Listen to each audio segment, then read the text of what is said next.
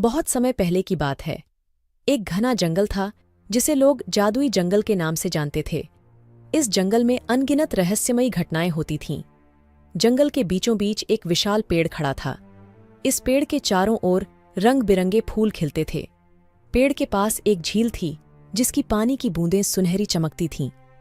एक दिन एक छोटे से गांव का लड़का आरव जंगल की ओर निकल पड़ा। आरव हमेशा से जादुई कहानियों का शौकीन था। उसने सुना था कि जादुई जंगल में एक छिपा खजाना है। आरव के दिल में उत्सुकता थी। वह जानना चाहता था कि क्या सच में ऐसा खजाना है।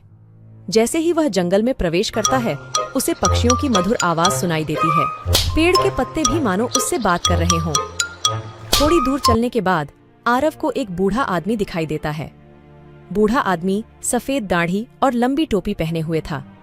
वह आदमी आरव को देखकर मुस्कुराया और बोला, क्या तुम उस खजाने की खोज में हो? आरव ने साहस के साथ जवाब दिया। हाँ, क्या आप मुझे उसकी दिशा बता सकते हैं? बूढ़े आदमी ने कहा, पहले तुम्हें 3 चुनौतियों का सामना करना होगा। आरव ने साहस के साथ जवाब दिया। मैं तैयार हूँ। बूढ़े आदमी ने उसे एक जादुई नक्शा दिया और कहा, यह नक्शा तुम्हें सही दिशा दिखाएगा। आरव ने नक्शा खोलकर देखा। पहली चुनौती थी सच का रास्ता। वह नक्शे के अनुसार चलते हुए एक विशाल गुफा तक पहुंचा। गुफा के अंदर घना अंधेरा था। आरव ने अपनी जेब से एक छोटी सी मशाल निकाली। उसने देखा कि गुफा के अंदर एक विशाल सर्प था।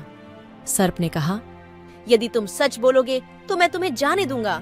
आरव ने बिना डरे कहा, मैं यहाँ खजाने की खोज में आया हूँ। दूसरी चुनौती थी धैर्य का परीक्षण। आरव ने देखा कि उसे एक नदी पार करनी थी। नदी की धाराएं बहुत तेज थीं। उसने देखा कि वहां एक नाव थी, लेकिन नाव को चलाने के लिए एक मछली मांग रही थी। आरव ने धैर्य से इंतजार किया और देखा कि पास ही एक छोटी सी मछली थी। उसने मछली को पकड़ा और नाव को दे दिया। नाव ने उसे सुरक्षित पार करा दिया। अब तीसरी और अंतिम चुनौती थी सच्ची दोस्ती। आरव एक घने जंगल में आ पहुंचा जहां हर जगह कांटे और बेतरतीब झाड़ियां थीं। वहां उसे एक छोटा सा खरगोश मिला जो झाड़ियों में फंसा हुआ था। आरव ने बिना सोचे समझे खरगोश को बचा लिया।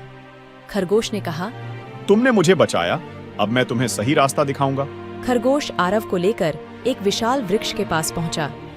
उस वृक्ष के नीचे एक छोटा सा दरवाजा था।